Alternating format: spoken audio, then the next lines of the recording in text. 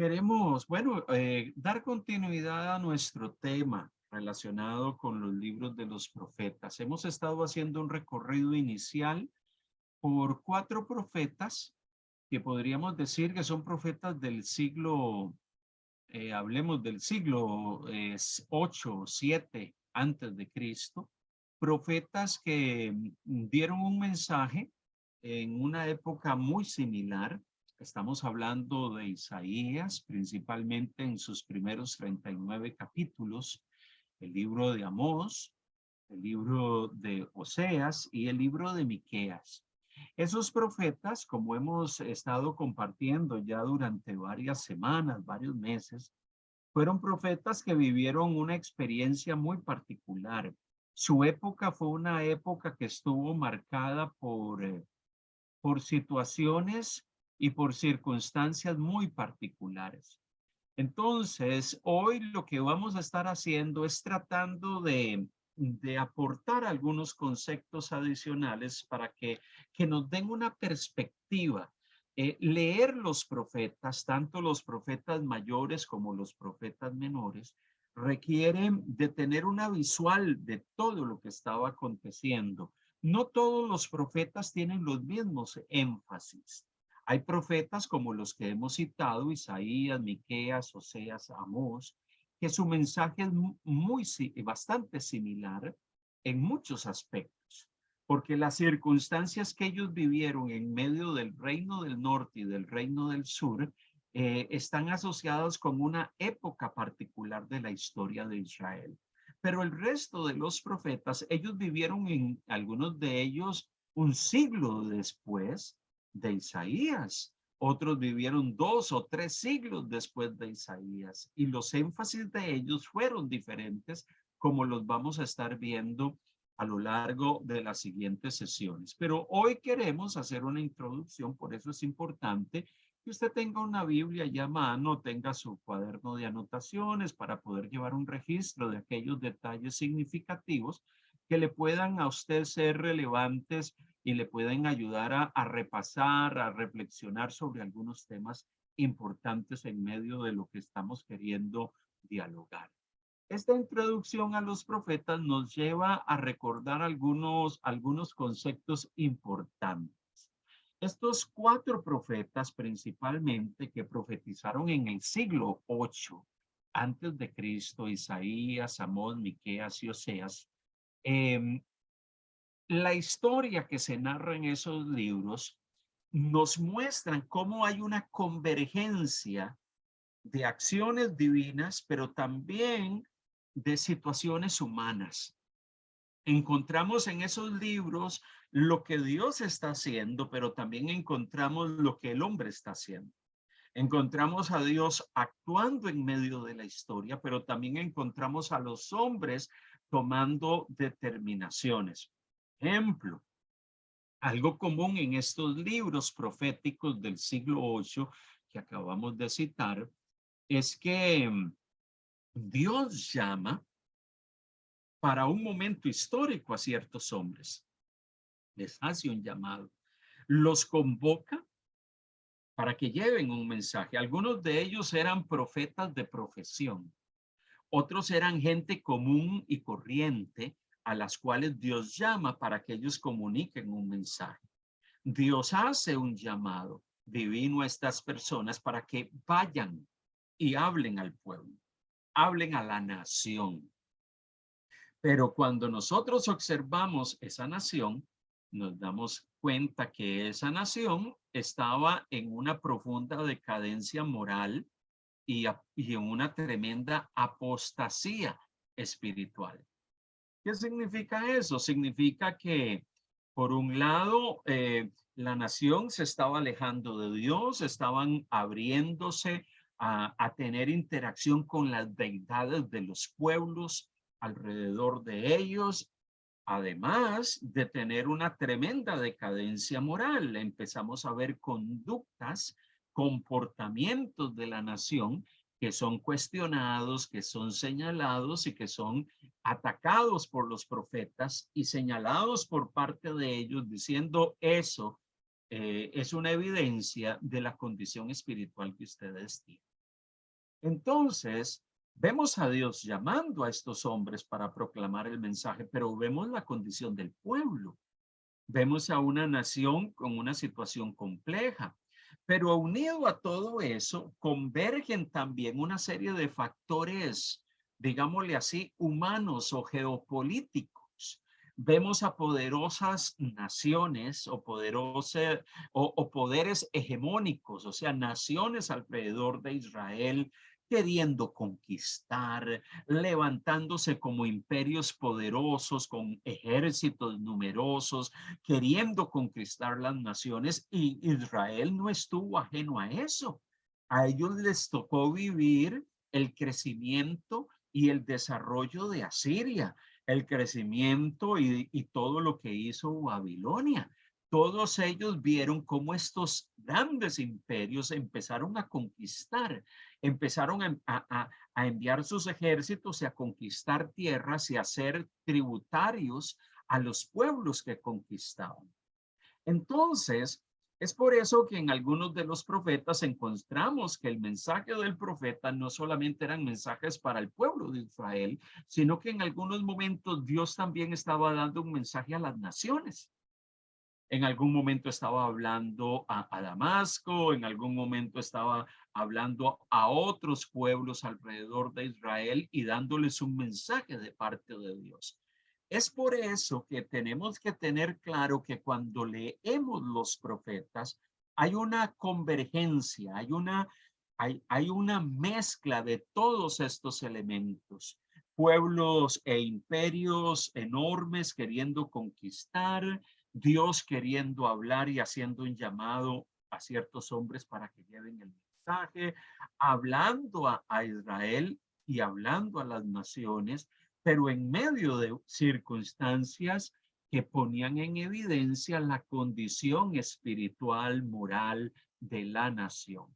Todo esto nos lleva a tener claro que cuando nosotros miramos a todos los profetas del Antiguo Testamento, los 12 profetas menores, más el grupo de profetas mayores, estamos hablando de 4 profetas mayores, nos damos cuenta que esos profetas les tocó transmitir un mensaje en medio de tiempos que fueron complejos. Había una crisis social, había una crisis moral y espiritual, había una crisis de distinta índole. Algunos de esos profetas, y por eso es que este cuadro nos da una imagen. ¿Por qué pongo el año 587? Porque en el año 587 es que cae Jerusalén, la capital del reino del sur. Ese acontecimiento fue un acontecimiento clave. Por eso esa situación, la caída de Jerusalén en esa fecha, habla de lo que sucedió antes de la caída y después de la caída de Jerusalén, antes del exilio babilónico y después del exilio babilónico. Y por eso los estudiosos que se acercan a los libros proféticos ven el mensaje de aquellos que profetizaron antes del exilio, los que profetizaron durante el exilio y los que profetizaron después del exilio. Esta es como una forma de clasificar a los profetas. Los profetas que hemos estado estudiando, por lo menos Isaías en su primera parte, sus primeros 39 capítulos, estamos hablando que probablemente son secciones preexílicas, o sea, antes del exilio babilónico. Y el principal exilio de judíos se llevó a cabo en el año 587. Antes de eso hubo varios exilios, o sea, gente que estaba siendo llevada por el poder de Babilonia. Babilonia estaba conquistando distintas regiones y empezó a llevar a muchos judíos cautivos antes de 587, pero 587 es un año clave porque en esa fecha es que Jerusalén, la capital de la nación, del reino del sur, cae bajo el poder de Nabucodonosor y de Babilonia. Pero los profetas que hemos estudiado, Isaías en sus primeros 39 capítulos, Oseas, Amós, Miqueas, Oseas, son profetas principalmente del periodo preexílico, o sea, antes de la caída de Jerusalén. Y el mensaje de ellos en medio de la crisis era cuestionar a la gente porque los ricos oprimían a los pobres.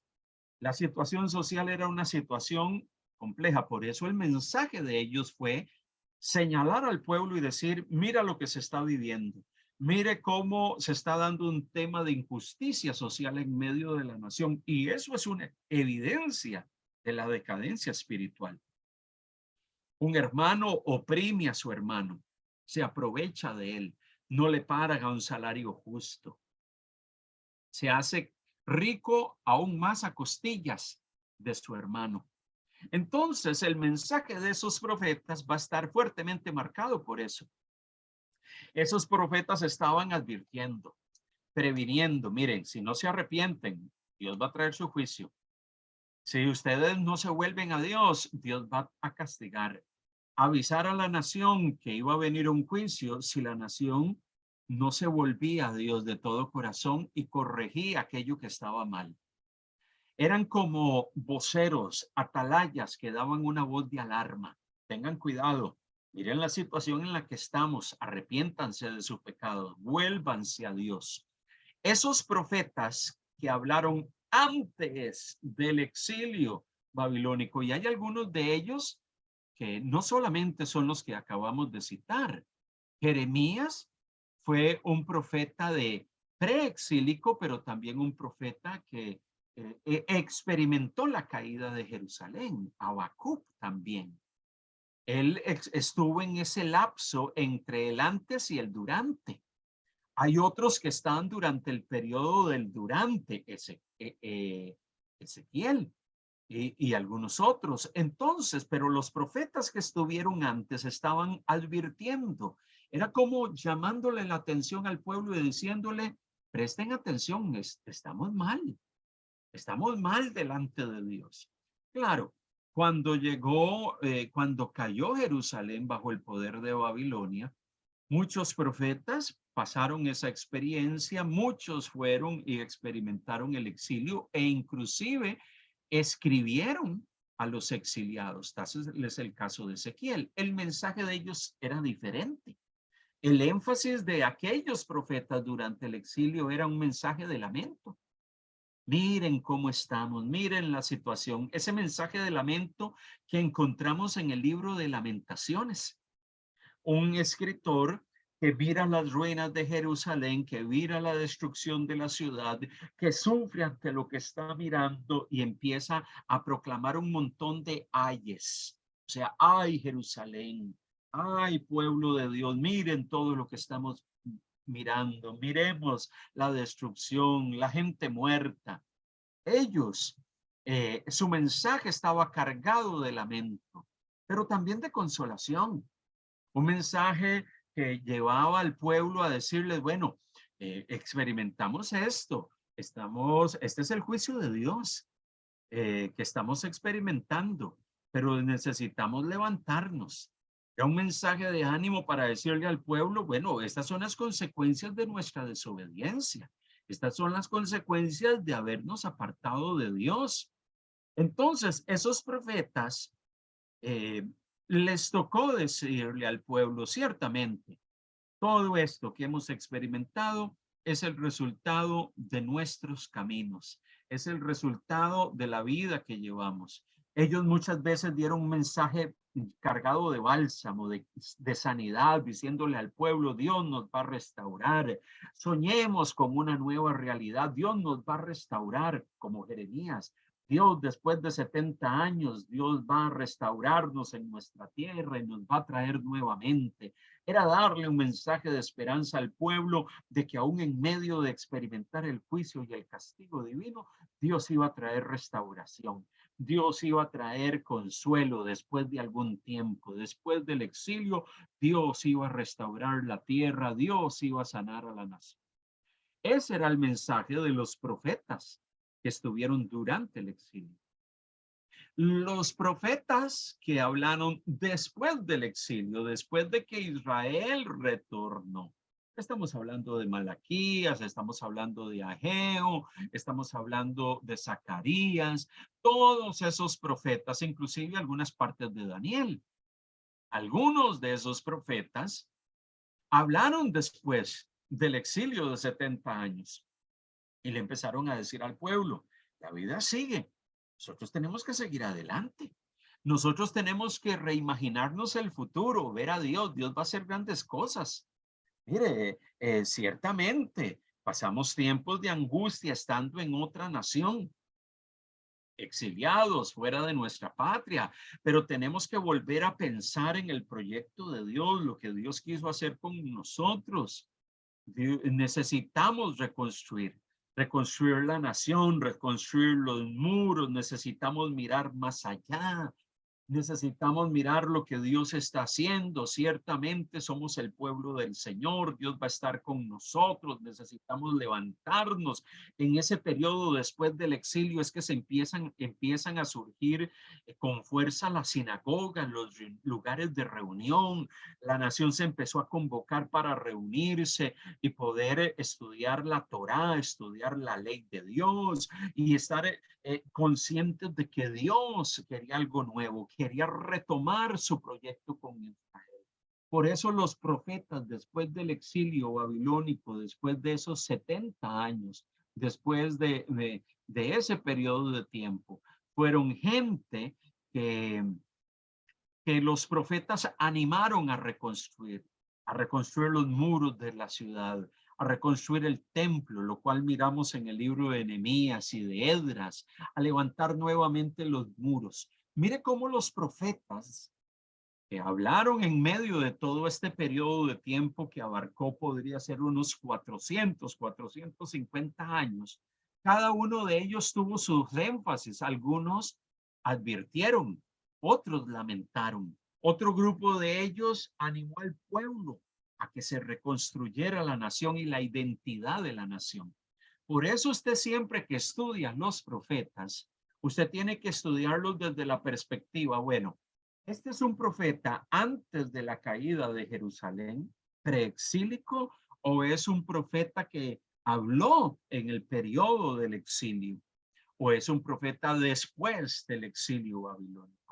Porque el énfasis va a ser diferente de esos profetas. Cada uno de ellos tenía un mensaje diferente, con una connotación diferente. Y este cuadro nos permite darnos cuenta entonces que si Ageo, que si Zacarías y que si Malaquías son profetas post-exílicos, eso significa que su mensaje iba con un énfasis diferente probablemente al de Miqueas, al de Oseas, al de Isaías en sus primeros 39 capítulos, al de Amós, porque el mensaje de ellos fue diferente. Entonces, este cuadro nos permite tener una perspectiva. Yo voy a estar compartiendo posteriormente este cuadro con ustedes para que ustedes lo puedan tener y ustedes puedan repasarlo, porque eso nos ayuda a ubicarnos dependiendo del libro profético donde estamos leyendo. Esa perspectiva es importante observarla y verla. Es por eso que los profetas, mire, los profetas inclusive antes de Isaías, Amós, Miqueas y Oseas, que han sido los profetas que hemos estudiado, los profetas del siglo IX, como Elías, Eliseo, Micaías y muchos otros, porque antes de los primeros profetas que escribieron, hubo profetas en Israel, solamente que ellos no escribieron libros. Solamente ellos se citan en algunos libros, como en los libros de Reyes o en los libros de Samuel o en los libros de Crónicas. Pero en medio de todo eso, esos profetas ya estaban advirtiendo desde un siglo antes de Isaías, ya ellos estaban diciéndole al pueblo, hay varias amenazas que tenemos. Hay amenazas externas con las cuales estamos luchando, los pueblos y las naciones que están alrededor de nosotros. Esa es una realidad, una situación con la cual tenemos que vivir, pero también tenemos amenazas internas, la idolatría. El pueblo se está desviando, Está desviando su corazón tras otros dioses. Y por eso es que Elías, Eliseo y muchos de los profetas del siglo IX que encontramos citados en los libros de Reyes principalmente, por lo menos Elías y Eliseo, nosotros encontramos la narrativa de su historia entre Primera de Reyes 17 y Segunda de Reyes 9. Ellos dijeron, pueblo, conviértanse, vuélvanse a Dios, eviten el juicio divino. Dios nos está dando una oportunidad temprana para que nosotros nos arrepintamos, para que nosotros nos volvamos a Él, para que nosotros cambiemos nuestra actitud, para que nosotros cambiemos nuestros caminos.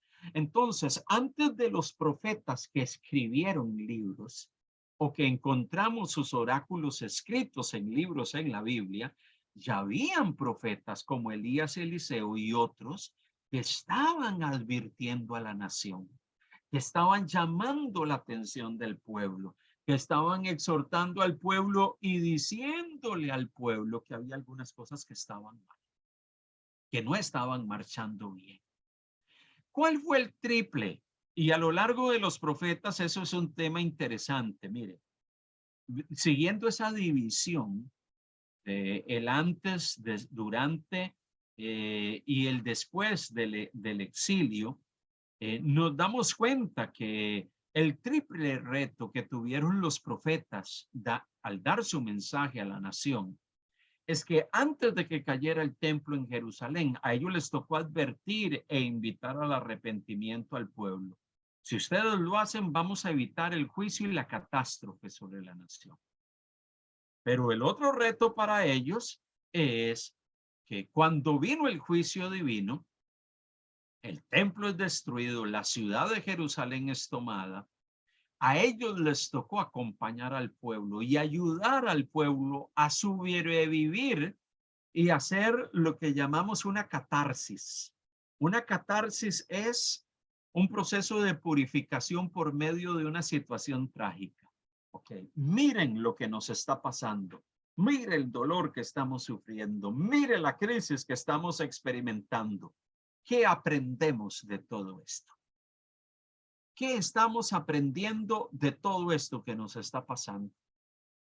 ¿Qué aprendizaje sacamos de el trato que Dios ha tenido con nosotros al enviar el poder de Babilonia sobre nosotros por causa de nuestro pecado? Ese fue otro de los retos que tuvieron los profetas, acompañar al pueblo, recordarle al pueblo. Y por eso mucho de la función de los profetas no era solamente advertir de lo que venía y del juicio de Dios. Mucho de su labor era estar allí y decirle a la gente, esto que estamos pasando es el resultado del juicio divino y debemos de abrir nuestros ojos para mirar por qué estamos viviendo esto. ¿Cuáles son las razones por las cuales estamos experimentando esta situación? Entonces, el otro reto que tuvieron los profetas es que durante el exilio o el cautiverio babilónico, a ellos les tocó también consolar y animar y fortalecer a la nación, hacerlos ver hacia el futuro y decirle, vienen mejores días. Ahora estamos pasándola mal, pero en el futuro Dios va a restaurar a la nación.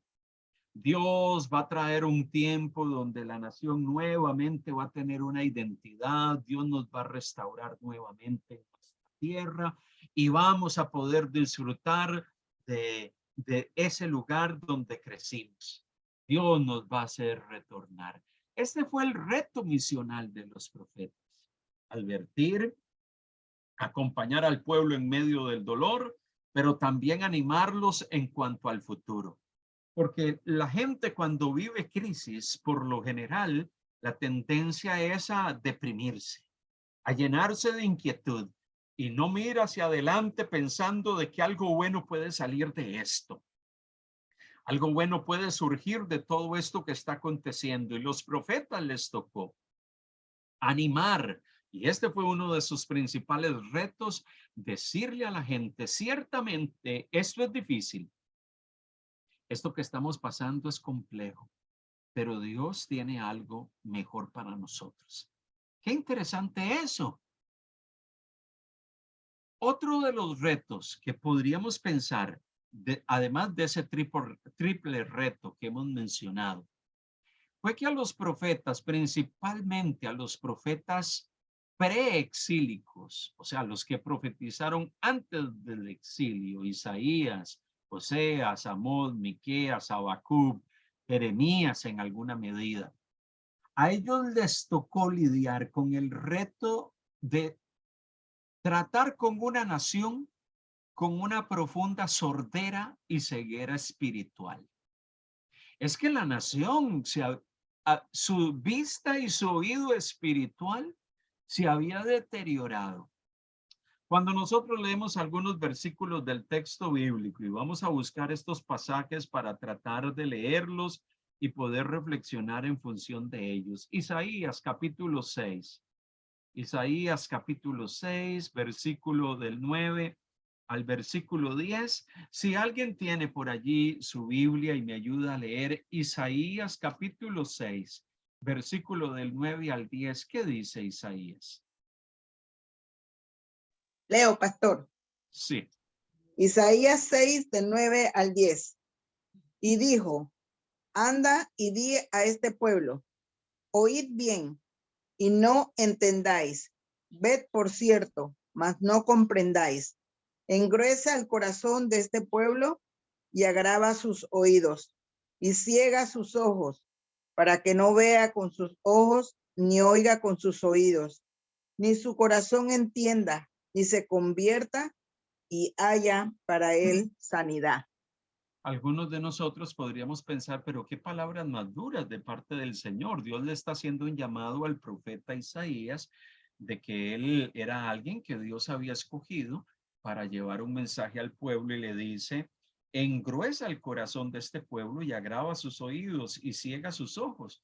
Bueno, es que la idea era que sus ojos fueran abiertos para que puedan ver, que sus oídos fuesen abiertos para que pudiesen escuchar. Pero más bien el mensaje que Dios le da al profeta Isaías es engruesa el corazón de este pueblo. No porque Dios quería eso, sino porque el pueblo había determinado engrosar, cerrar su oído y tapar sus ojos para no ver. Ellos habían determinado seguir un camino, seguir una ruta y vivir a su manera. Jeremías lo plantea de varias maneras. Un ejemplo en el capítulo 7, versículo 27, tú pues le dirás todas estas palabras, pero no te oirán, los llamarás y no te responderán. Dios mismo le dice al profeta, tú vas a ir y vas a hablar esto porque yo te digo que lo hagas, pero ellos no te van a oír. Los vas a llamar al arrepentimiento, pero no te van a responder. Qué tremendo es escuchar a Dios diciéndole al profeta que haga algo y por anticipado le dice que ellos no van a escuchar. Qué tremendo es escuchar esos términos, porque todo eso lo que denota es la dureza del corazón de una nación que en tiempos del profeta Jeremías, por lo menos en estas secciones de Jeremías, que son secciones preexílicas o precaída, antes de la caída de Jerusalén, el pueblo había llegado a un estado de ceguera y sordera espiritual. El reto de los profetas antes de la caída de Jerusalén fue que les tocó lidiar con una nación con un problema espiritual radical y profundo. Jeremías 17:23 dice, pero ellos no oyeron, ni inclinaron su oído, sino endurecieron su cerviz para no oír ni recibir corrección. Endurecieron su cerviz, endurecieron su corazón, no quisieron escuchar, no querían recibir corrección. Alguien que no quiere recibir corrección es alguien que escucha el mensaje, escucha una exhortación y simplemente dice, no me interesa. Ezequiel capítulo 2, versículo 3 llega y dice, y me dijo, hijo de hombre, yo te envío a los hijos de Israel, a gentes rebeldes, que se rebelaron contra mí. Ellos y sus padres se han rebelado contra mí hasta este mismo día. Dios llama y le dice al profeta que la gente a la cual le estaba enviando era gente rebelde, gente que había determinado transitar por su propio camino y vivir a su manera. Eso denota la condición del pueblo. Zacarías capítulo 7, versículo 11, que es, bueno, en el caso de Zacarías, es un profeta post-exílico, pero aún, mire qué interesante, pero no quisieron escuchar, antes volvieron la espalda y taparon sus oídos para no oír. Zacarías está hablando y recordando al pueblo todo lo que sucedió con Israel en el pasado. Y dice, ellos a lo largo del tiempo, hablando de sus padres, sus antepasados, no quisieron escuchar. Antes volvieron la espalda y taparon sus oídos para no oír. El principal reto de los profetas antes de la caída de Jerusalén, y podríamos decir de la gran mayoría de los profetas, fue un problema de sordera y ceguera espiritual por parte del liderazgo y de la nación también. Pero obviamente encontramos en los libros proféticos un fuerte cuestionamiento hacia el liderazgo de Israel, porque ellos, siendo aquellos que estaban al frente del pueblo, deberían de ser los que estaban advirtiendo a la nación, pero ellos estaban igual o en peor condición que la nación. Entonces, a los profetas les tocó lidiar con esta realidad, con esta situación, y todo esto fue un tremendo desafío para ellos. Seguimos viendo acá. Podríamos decir que esta situación de sordera y ceguera espiritual no fue propio solamente de esos 450 años de los profetas escritores. Encontramos sus oráculos en la Biblia. Encontramos inclusive que en la época de Jesús, en el siglo I, estamos hablando de 800 años después de Isaías, de Miqueas, de Amós y de Oseas, 800 años después, parece que la situación espiritual de la nación en muchos sentidos no había cambiado mucho. Todavía Jesús llega y habla acerca del liderazgo de la nación como guías ciegos que coláis el mosquito y tragáis el camello. Interesante esa expresión que usa Jesús para los fariseos en el capítulo 23, versículo 24 de Mateo. Lo que estaba diciendo Jesús, ustedes son gente que guía a otros, pero ustedes están ciegos. ¿Cómo un ciego puede guiar a otros? ¿Cómo un ciego puede dirigir a aquellos que están ciegos?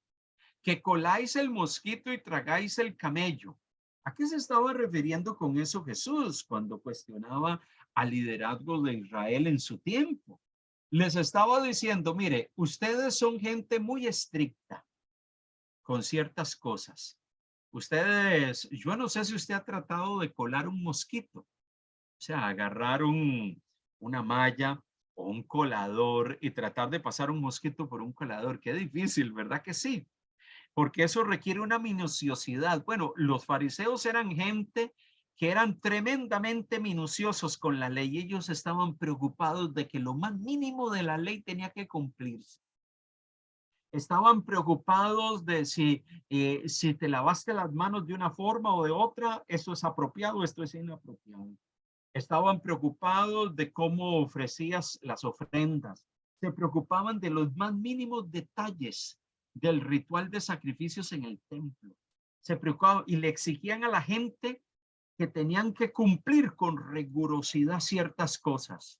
Pero le dice Jesús a estas personas, pero ustedes cuelan el mosquito, pero se tragan el camello.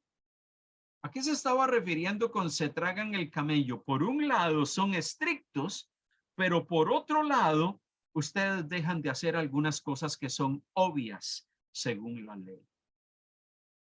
Son estrictos con la gente con ciertas cosas, pero ustedes en su práctica hacen cosas que está quebrantando la misma ley, que ustedes están diciéndole a la gente que tienen que guardar. Entonces son estrictos para unas cosas, pero para otras cosas son tremendamente flexibles.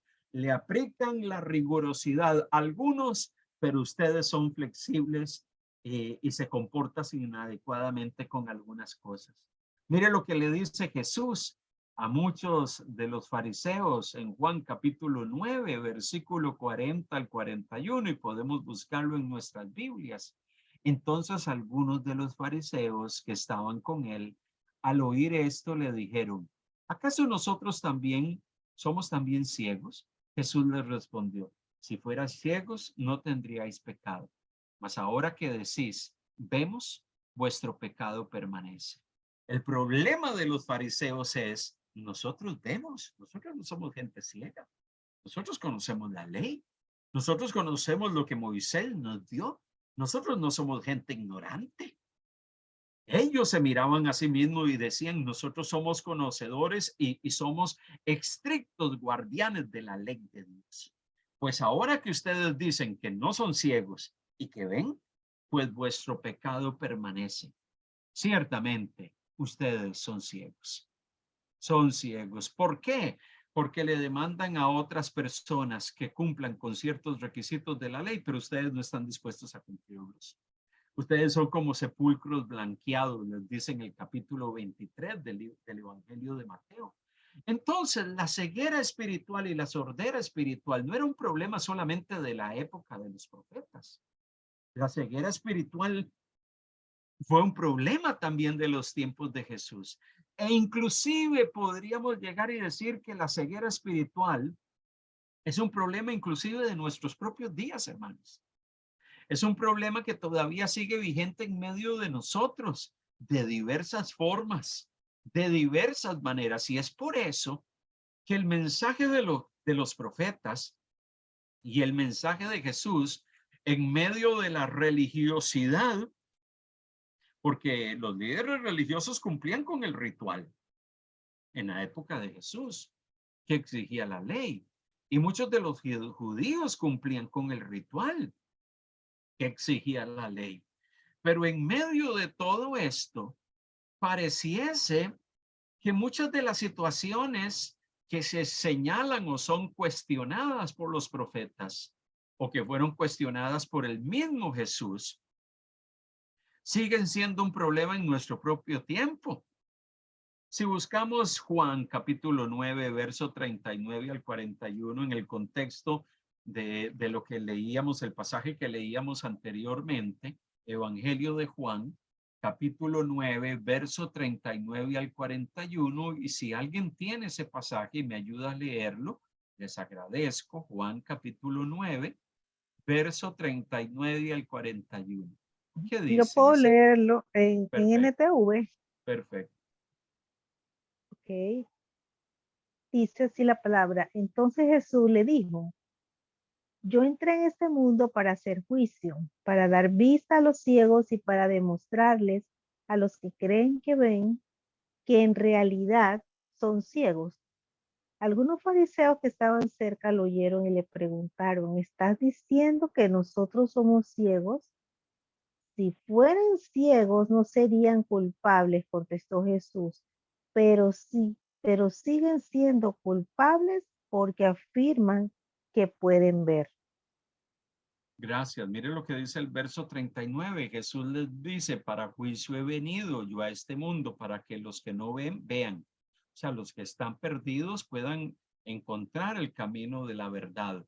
Y aquellos que dicen que ven, demostrar que son ciegos. Y ahí hay una fuerte crítica a los fariseos, y por eso dice: bueno, tú nos estás lanzando una directa, nos estás diciendo que somos ciegos. Y obviamente Jesús estaba señalándolos a ellos.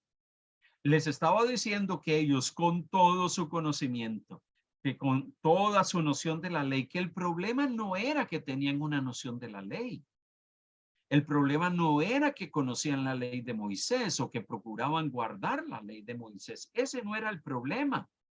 El problema es que el liderazgo espiritual de la nación, así como mucha gente en la nación, el corazón de la nación se había endurecido por la religiosidad y el fanatismo. ¿Y qué significa eso, que un corazón se endurece por la religión y el fanatismo? Es que la experiencia y la vivencia con Dios se convierte en un mero acto espiritual. Ir a la iglesia el domingo, cumplir con ciertos requisitos que me exige la religión o que me exige la iglesia en la cual me congrego. Y como ya cumplí con eso, pues ya cumplí. Ya cumplí con ir al culto dominical. Eso es suficiente. Bueno, eso es una forma en que la religión nos convierte en gente y nos lleva a convertirnos en cristianos culturales, que nos acostumbramos tan solo a ir al culto, que nos acostumbramos tan solo a cumplir con ciertas pautas que nos exige la Biblia. Y decimos, no, yo ya cumplí, ya yo hice esto, ya yo estoy bien. Y perdemos la perspectiva de que la vida espiritual va más allá de una experiencia dentro de una organización o dentro de un sistema religioso. La vida espiritual tiene que ver con una intimidad y una relación personal con Dios. Entonces, el corazón del liderazgo, imagínense que si Jesús cuestionó y señaló la dureza del corazón del liderazgo espiritual, imagínense qué es lo que podríamos esperar de la gente común.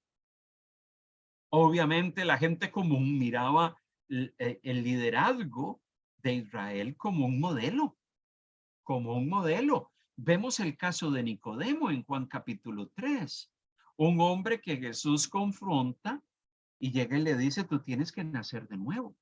¿Cómo? Pero ¿cómo yo voy a entrar al vientre de mi madre? Pero ¿cómo tú siendo maestro de la ley no logras entender lo que te estoy diciendo? Nacer de nuevo o nacer del espíritu es tener una experiencia interna de cambio. ¿Cómo tú siendo un guía de Israel no puedes entender eso? Y tremendo. Un hombre que conocía la ley, un rabino, un conocedor. Bueno, cuando nosotros vivimos dentro de los esquemas de la religiosidad y del fanatismo religioso, nosotros simplemente cumplimos con ciertos rituales, cumplimos con ciertas pautas que nos exige la religión, la iglesia donde vamos, la organización a la cual pertenezco. Y al final de cuentas pierdo la vitalidad con Dios.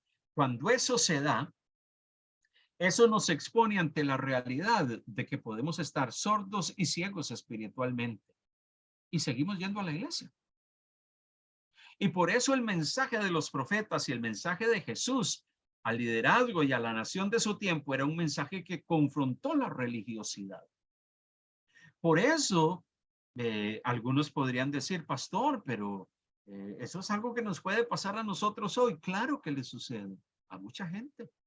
Por eso la necesidad de que nosotros revisemos nuestra relación con Dios.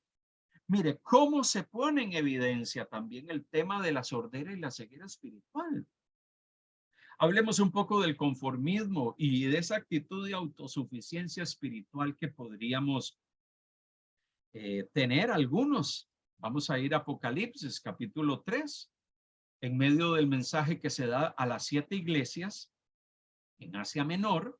Mire cómo el Señor habla al entorno de una de esas congregaciones. Versos 17 y 18, estamos hablando del mensaje a la iglesia de la Odisea. Mire lo que dice Apocalipsis 3:17, porque tú dices, yo soy rico. Está hablando el Señor a la iglesia. Yo soy rico. La forma en que tú hablas es diciendo, yo soy rico, yo tengo todo, me he enriquecido, no tengo ninguna cosa y de ninguna cosa tengo necesidad, dice el verso 17. Y no sabes que tú eres un desventurado, miserable, pobre, ciego y desnudo. Por tanto, te aconsejo que de mí compres oro refinado en fuego para que seas rico y vestiduras blancas para vestirte y que no se descubra la vergüenza de tu desnudez y unge tus ojos con colirio para que veas. ¡Qué tremendo! El mensaje para una iglesia que probablemente pensaba, que probablemente consideraba que todo estaba bien, que todo andaba bien, que las cosas, todo está bien, yo voy a la iglesia, yo me reúno con los hermanos. ¿Y es eso algo malo? No, no.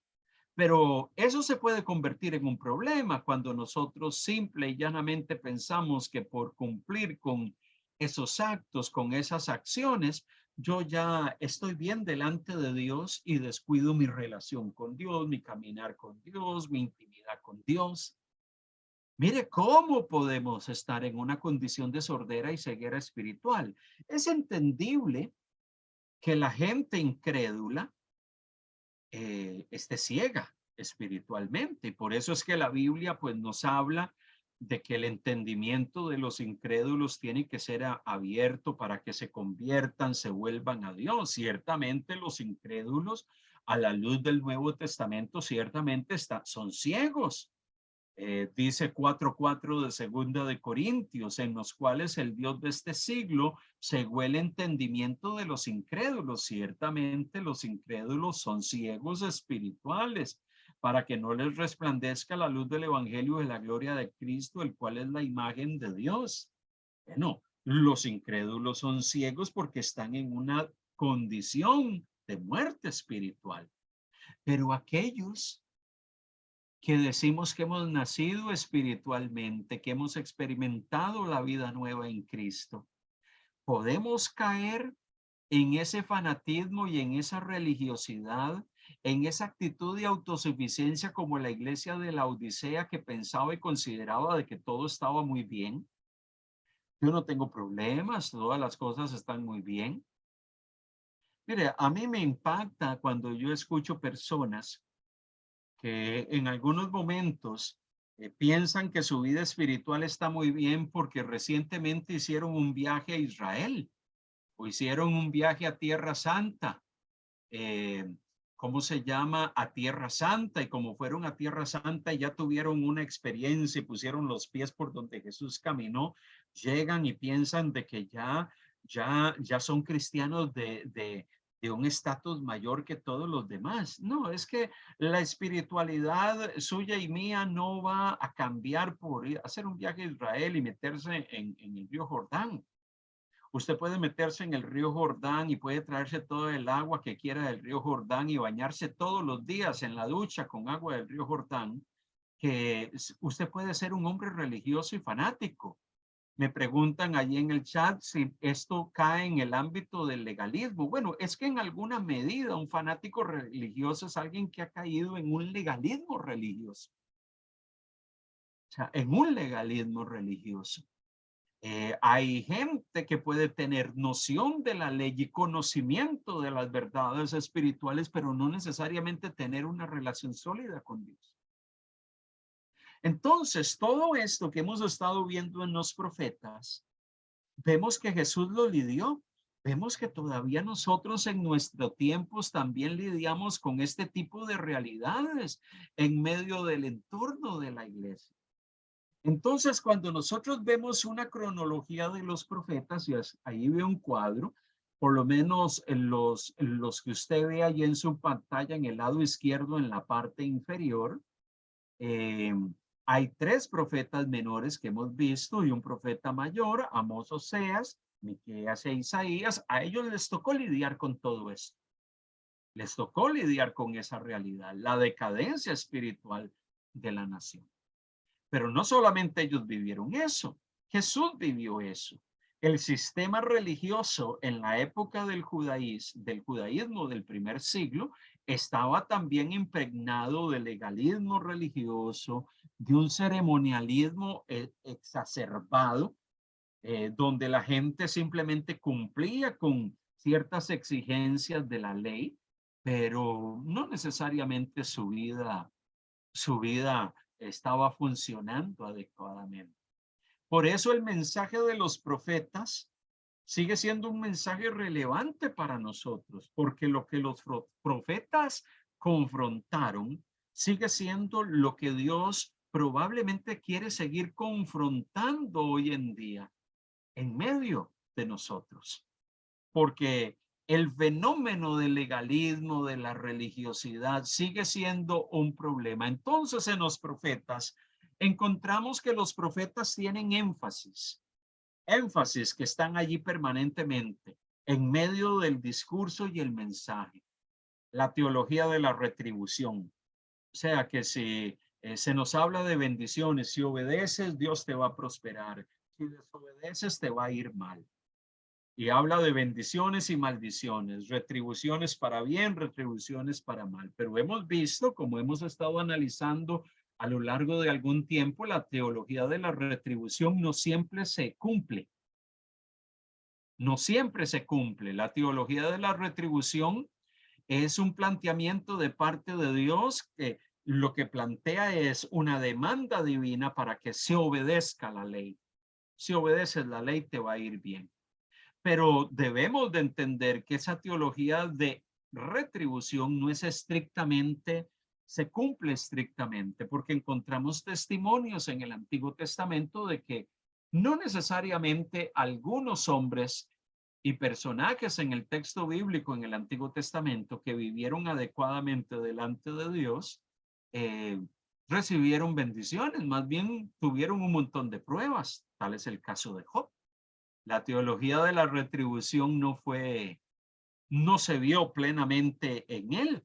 Él siendo un hombre justo tuvo que enfrentar el sufrimiento.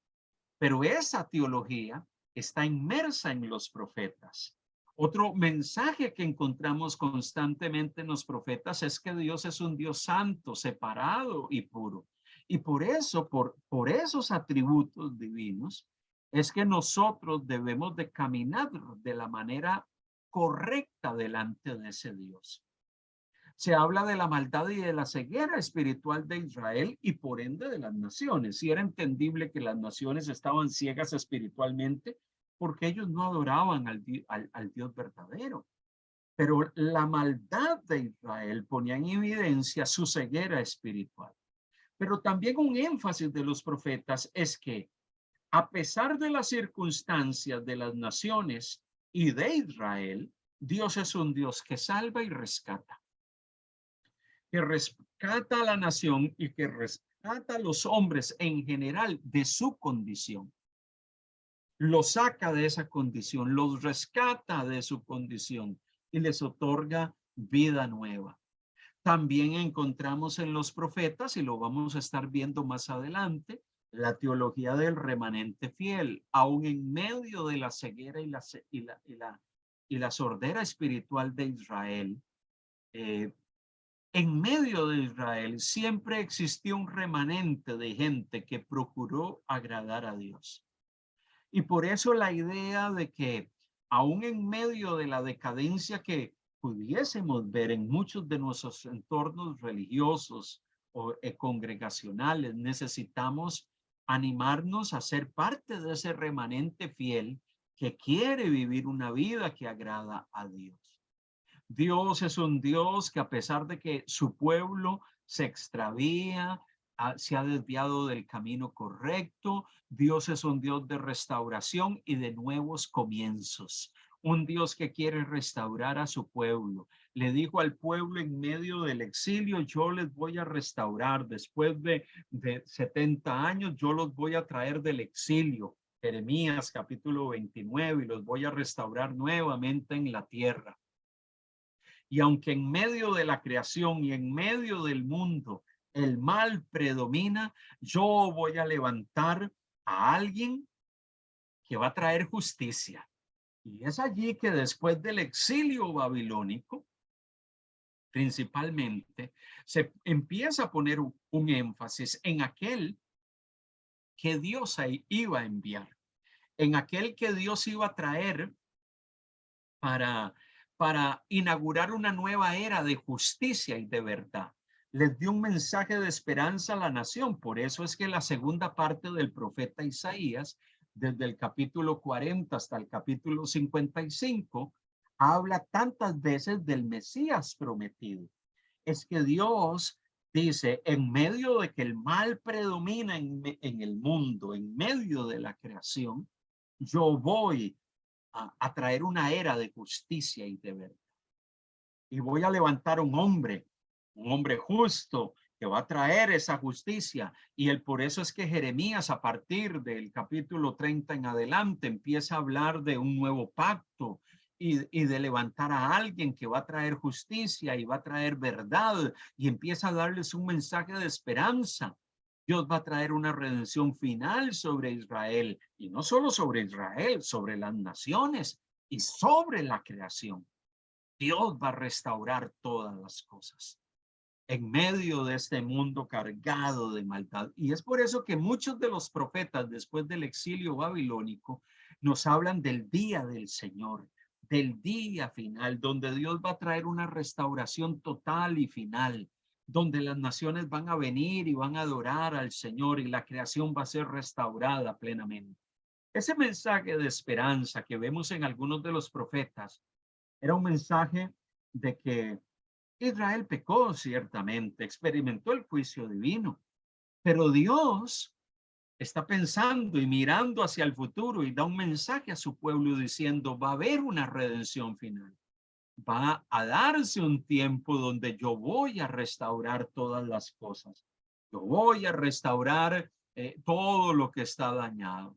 Entonces, lo interesante es que el mensaje que encontramos en los profetas es un mensaje diverso.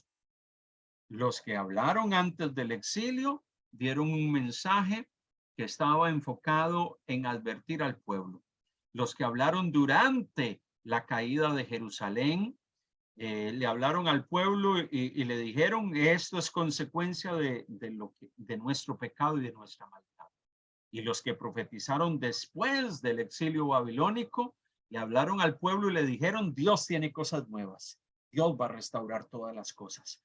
Por eso cuando usted examina los profetas desde la perspectiva, si son preexílicos, durante el exilio y después del exilio, nos ayuda a entender mucho de su mensaje. Es aquí donde también hay otro tema relevante que tenemos que tener presente cuando leemos los profetas.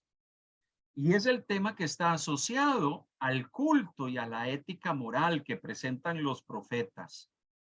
Mire, los profetas redefinieron el significado de la fe en Israel. Los profetas con su mensaje trataron de darle una perspectiva a la fe de Israel diferente a la cual la nación se había acostumbrado. Mire, por mucho tiempo los sacerdotes, los líderes religiosos de Israel, se enfocaron en una espiritualidad que giraba en torno a la práctica de los sacrificios, los ritos, las ceremonias y el santuario o el templo. Todo giraba en torno a cumplir con los sacrificios, a cumplir con el ritual, a ir a las festividades en Jerusalén en el templo. Y el enfoque del sacerdocio fue ese. Debes de cumplir con lo que te exigen las festividades, con lo que tienes que traer, con lo que tienes que ofrecer. Pero estaba mal cumplir con los ritos, las ceremonias y los sacrificios. No, no estaba mal. Y los profetas no negaban eso. Pero ellos empezaron a recordarle al pueblo que deberían de poner un énfasis en una fe comprometida. Comprometida con Dios, pero comprometida también con la gente. Una fe comprometida con su creador, pero también una fe comprometida con el prójimo. Y es por eso que los profetas y la tesis de los profetas fue que los cultos y el ritual no son aceptados por Dios si no están acompañados de una vida moral transformada y un compromiso de servicio en la sociedad. ¿De qué les vale a ustedes traer sacrificio si ustedes atienden o menosprecian al pobre? Si no atienden al menesteroso, si no ayudan a aquel que está en necesidad. Y por eso es que el mensaje que hemos visto de los profetas del siglo VIII, Isaías en sus primeros 39 capítulos, Amós, Miqueas y Oseas, enfatizan esto. ¿De qué valen los sacrificios? ¿De qué vale todos los ofrecimientos que ustedes traen si al final de cuentas ustedes están haciendo injusticia? Están tratando mal a su prójimo. No están siendo de bendición para su hermano. Mire lo que dice Isaías capítulo 1 del 12 al 15 y el versículo 17. Isaías confrontó a la nación con esto. ¿quién demanda esto de vuestras manos? Cuando venís a presentaros delante de mí para hollar mis atrios, no me traigas más vana ofrenda. El incienso me es abominación. Luna nueva y día de reposo, o sea, festividades, el convocar asambleas, no lo puedo sufrir. Son iniquidad vuestras fiestas solemnes. Vuestras lunas nuevas y vuestras fiestas solemnes las tiene aborrecidas mi alma, dice el Señor. Me son gravosas, cansado estoy de soportarlas. Cuando extendáis vuestras manos, yo esconderé de vosotros mis ojos. Asimismo, cuando multipliquéis la oración, yo no oiré. Están de sangre vuestras manos. Verso 17, aprended a hacer el bien, buscad el juicio, restituid al agraviado, haced justicia al huérfano, amparad a la viuda. Qué tremendas palabras. Y mire, Dios no solamente llega y dice, vuélvanse a mí.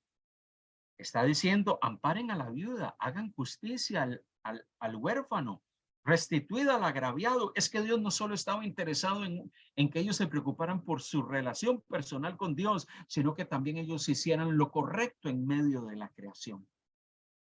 Entonces el mensaje de los profetas es, ok, cumples con el ritual, está bien lo que nos han enseñado los sacerdotes, pero necesitamos entender que si nosotros no vamos más allá del cumplimiento del ritual religioso y seguimos viviendo una vida de injusticia, haciendo lo incorrecto y lo que está mal, actuando injustamente, tomando una actitud inapropiada en medio de esta creación para con nuestro prójimo, eso pone en evidencia que las cosas no están bien con nosotros. Entonces, cuando vemos esta exhortación ética de los profetas, nos damos cuenta que muchas veces nosotros podemos caer en legalismos y podemos caer en una religiosidad. Y Dios no quiere que usted y yo caigamos y lleguemos a esos puntos y a esa condición. Miren, los profetas afirmaban las leyes de Moisés, pero su énfasis iba más allá de una interpretación legalista y religiosa de la ley. Para ellos no era solamente cumplir la ley por cumplirla, era que ellos tenían que vivir acorde con lo que Dios pedía de ellos. Por eso es que Isaías 58 en el verso 67 dice, no es que partas tu pan con el hambriento y a los pobres errantes albergues en casa, que cuando veas al desnudo lo cubras y no te escondas de tu hermano. Ahí viene hablando de cuál es el verdadero ayuno. Bueno, para un religioso en Israel, no. El verdadero ayuno hay que hacerlo los martes, los jueves, como decían los religiosos en la época de Jesús, en el siglo I. Ellos decían que habían 2 días de la semana que se tenía que ayunar y para ellos era un cumplimiento riguroso. Isaías le da una connotación que va más allá simplemente que abstenerse de comer y guardar ciertos días de la semana. Llega y dice, el verdadero ayuno no es que partas tu pan con el hambriento o al pobre albergues, o cuando veas a alguien que no tiene para cubrirse y ayudes. Mire cómo los profetas iban más allá. Los profetas dijeron, sí, cumple con guardar los días establecidos para ayunar. Pero recuerda que el verdadero ayuno, si no va acompañado con acciones concretas y acciones adecuadas y que manifiesten el bien, se convierten simplemente en actos religiosos. Entonces, esa advertencia de los profetas estaba tratando de cambiarle el chip mental a la gente, que estaba pensando que todo giraba al cumplimiento de la ley y a ciertas prácticas ligadas con el ritual, el templo y los sacrificios. Los profetas empezaron a llevar a otro nivel a la gente y le estaban diciendo, no, ustedes cumplan la ley, pero ustedes tienen que mirar más allá de la ley. Ustedes necesitan mirar su práctica, su vivencia, cómo viven, cómo actúan, cómo se conducen.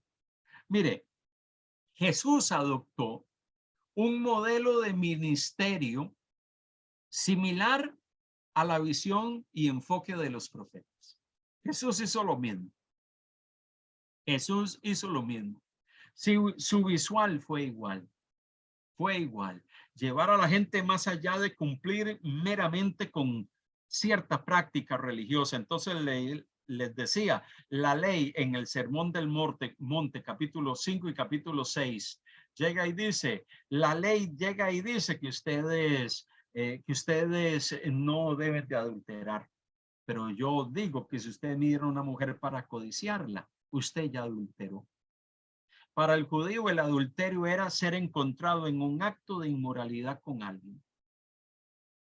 Jesús llevó eso más allá y llegó y dijo, no, es que la inmoralidad va más allá de un acto. Tiene que ver inclusive con pensamientos. Entonces, desde esa perspectiva, Jesús se enfocó y tuvo una visual muy particular y muy afín con la visión de los profetas. Era moverle el piso a la gente, sacarla de la religiosidad. Jesús redefinió la ética y el significado de la fe y la religión alrededor de los principios de la gracia, la misericordia y la compasión. Por eso Jesús, más que hablar de los 603 mandamientos que estaban en la ley, él llega y le dice a la gente en Mateo 22:40, en estos dos mandamientos se resume la ley y los profetas. Amarás a Dios sobre todas las cosas y a tu prójimo como a ti mismo. Jesús estaba tratando de desechar la ley. No, lo que estaba tratando era que la gente comprendiese la ley y las implicaciones de la ley. La ley va más allá del mero cumplimiento de ciertos actos, de ciertas cosas, de ciertas ofrendas, de que llevo mi ofrenda al templo. Allá yo cumplí porque llevé mi ofrenda o mi diezmo a la iglesia. Yo ya cumplí porque me congregué el fin de semana. Y muchas personas piensan o miden su condición espiritual en función de el cumplimiento de ciertos parámetros que se exigen para aquellos que nos llamamos creyentes o discípulos del Señor. Jesús nos lleva más allá. Jesús nos lleva más allá. Mire, la adoración en el culto y la devoción personal son prácticas buenas, necesarias, que animamos y alentamos a la gente que se involucre en ellas. Pero todas esas prácticas deben de ir acompañadas de una vida moral cambiada, o sea, la santidad, una espiritualidad y con una espiritualidad de una ética social de compromiso y servicio y defensa de los vulnerables, porque no es solamente pensar en caminar de la manera correcta delante de Dios, es que vivimos en medio de esta sociedad y del mundo. Y Dios quiere que usted pueda vivir adecuadamente en medio de este mundo, modelando. Y modelamos cuando nos involucramos con las realidades del mundo y ponemos de manifiesto el carácter de Dios en medio del mundo y de la sociedad. Dios quiere que vivamos en una cultura de bienestar y florecimiento humano integral. Dios quiere que los hombres alrededor de nosotros experimenten la vida espiritual plena que Dios da.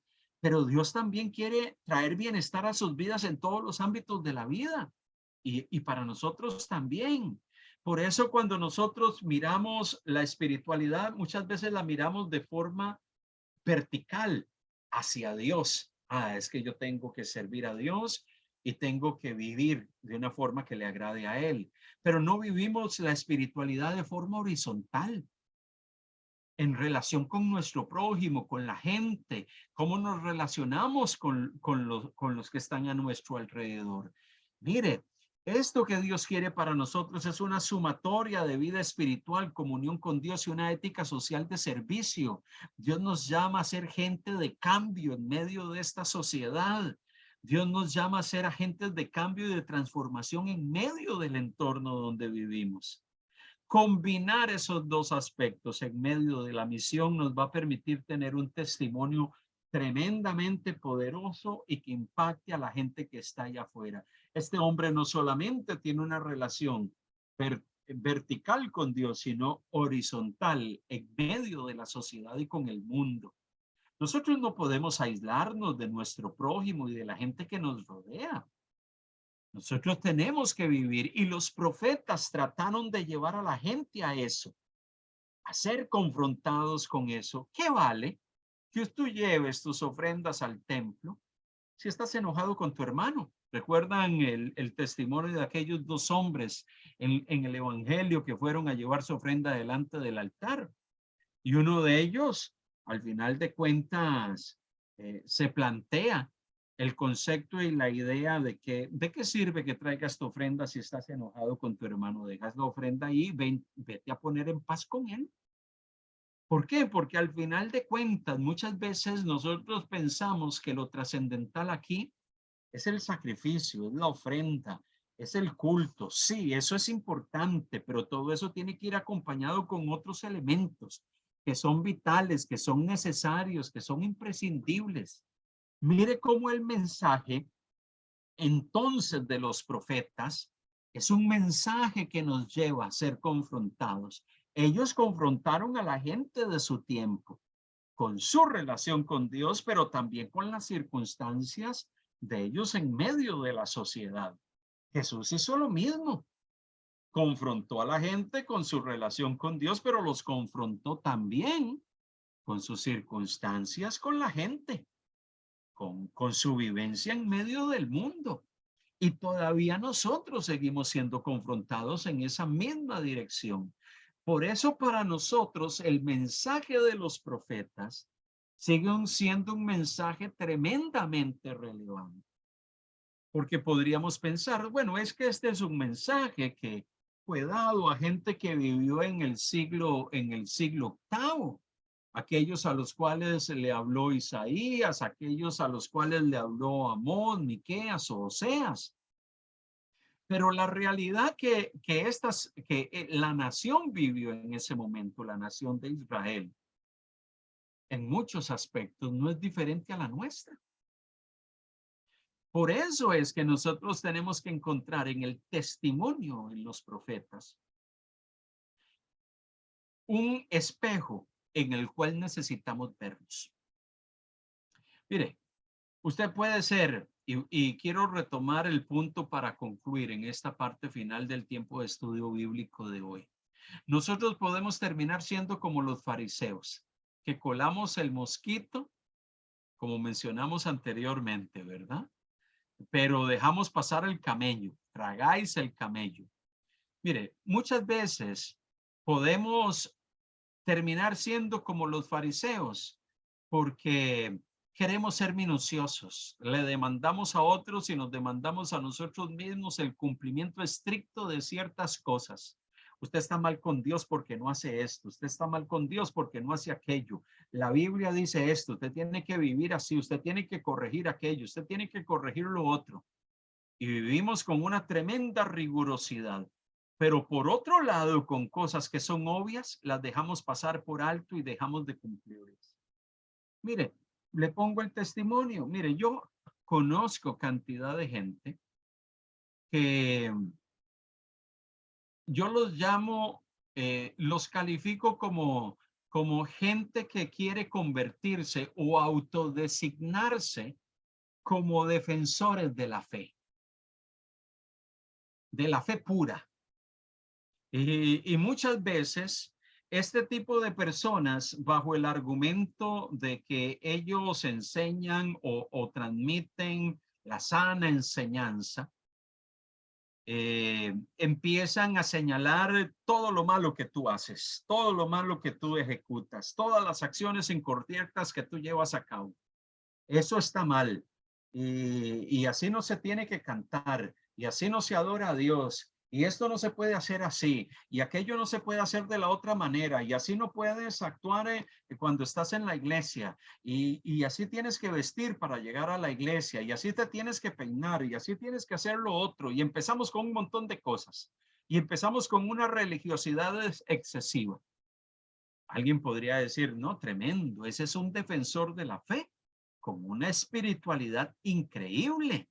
Eso es el sinónimo de una persona que está procurando caminar de la forma correcta delante del Señor. Pero en cosas tan simples como amar al prójimo, no ponemos en evidencia o no manifestamos eso para con aquellos que están a nuestro alrededor. En lugar de acercarnos a aquellos que pueden estar caminando erradamente, los señalamos, los atacamos. Muchas veces hacemos, si alguien está equivocado, terminamos haciendo destrozos con el árbol que está caído, en lugar de acercarnos y tratar de ayudar a esa persona a que crezca, que entienda. Destruimos, afectamos, dañamos.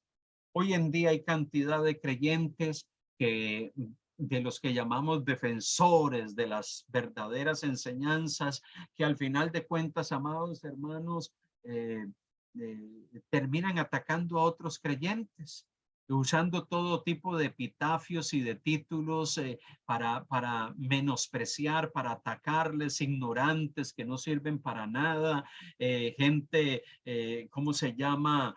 Incircuncisos, es el no creyente, a pesar de que es un hermano que va a la iglesia. Empezamos a ponerle todo tipo de calificativo y yo me pregunto, ¿y dónde está el amor?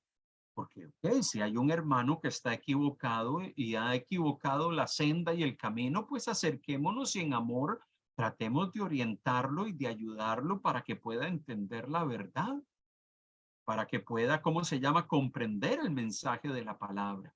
Pero muchas veces, entonces, somos rigurosos con unas cosas, pero cuando tenemos que aplicar el amor, la compasión, la guianza, la corrección amorosa, no lo hacemos. Entonces, colamos el mosquito, pero nos tragamos el camello. Somos rigurosos con ciertas cosas, pero otras cosas las dejamos. Entonces, ¿eso es religiosidad? Al final de cuentas, eso es legalismo. Y señalamos a otros como legalistas y nosotros también estamos siendo, ¿no? Y nosotros también, de una forma o de otra, somos tremendamente legalistas. No, es que el sistema, mi sistema o la forma o las maneras en que nosotros nos movemos en el ámbito de nuestra congregación, eso es lo correcto. Tú estás equivocado. Como tú lo haces está mal. Yo sí estoy en lo correcto. Y empezamos, en lugar de tratar de edificarnos en amor y de caminar juntos y enseñarnos y edificarnos mutuamente, empezamos y nos metemos en un cuadrilátero que al final de cuentas terminamos dañando la fe. En días pasados, compartiendo con alguien, llega y me plantea y lo primero que me dice es que a él el tema del evangelio no le interesa, porque le ha tocado ver círculos de creyentes de distintas iglesias o denominaciones en cuadriláteros y en pleitos horrorosos por asuntos que tienen que ver con la Biblia. Y llega y dice, si yo voy a terminar en una iglesia para estar metido y sumergido en pleitos entre hermanos o con miembros de otra congregación, mejor me quedo fuera. ¿Para qué yo me voy a involucrar o para qué yo voy a escuchar el mensaje si al final lo que se me va a decir es que el otro está equivocado, yo estoy en lo cierto y terminamos en una disputa y caemos en un legalismo, amados hermanos, que en lugar de edificarnos y tratar de crecer juntos en el Señor, lo que hacemos es dañarnos y muchas veces dañar inclusive hasta el testimonio cristiano delante de los no creyentes. Entonces, caer en el legalismo y la rigurosidad religiosa es muy fácil, amado hermano, y muchas veces ni siquiera nos damos cuenta. Ni siquiera nos damos cuenta, ni siquiera nos percatamos que estamos sumidos en la religiosidad. Y ¿cómo se llama? Y pensamos que estamos transitando por la senda correcta. Israel, en tiempo de los profetas, pensaba que todo estaba bien. Algunos profetas le decían a los reyes, tranquilo, eso que está hablando tal profeta, eso no es cierto, todo va a estar bien. No hay inconveniente, no hay problema, las cosas están bien. Muchas veces pensamos que estamos bien, pero es aquí donde Dios nos confronta nuestro corazón. Y Dios quiere que usted y yo podamos guardar la palabra, guardar el mensaje de la palabra, amén. Pero también que entendamos que el mensaje de la palabra va más allá de cumplir con ciertas pautas o obedecer los mandamientos. tiene que ver con una vivencia personal con Dios. Una vivencia profunda, relacional, que nos lleve a relacionarnos verticalmente con Dios, pero horizontalmente también con nuestro prójimo. Porque vivimos en medio de este mundo, estamos en medio de esta creación y somos instrumentos y medios que Dios quiere usar para que tengamos un impacto significativo en medio del entorno o el lugar donde Dios nos ha puesto. Que el Señor nos ayude y que este recorrido que hemos hecho por este énfasis particular en el tema de los profetas, su mensaje y algunos temas que son cruciales para entender a los profetas, nos puedan ayudar a tener una perspectiva clara de algunas cosas que debemos de tener presente cuando los leamos. Recuerde, hay muchos de los profetas que hablaron antes de la caída de Jerusalén. Su énfasis es un énfasis muy particular. Hay otros profetas que hablaron durante la caída de Jerusalén, su énfasis es otro. Y los profetas que hablaron después de la caída, del retorno del exilio, esos profetas tuvieron un énfasis y un mensaje muy particular. Entender eso nos ayuda a acercarnos a leer estos maravillosos libros y poder comprender el mensaje que está allí inmerso. Que el Señor nos ayude a poder entender este mensaje, a poder atesorarlo en nuestro corazón y poder vivir conforme a él.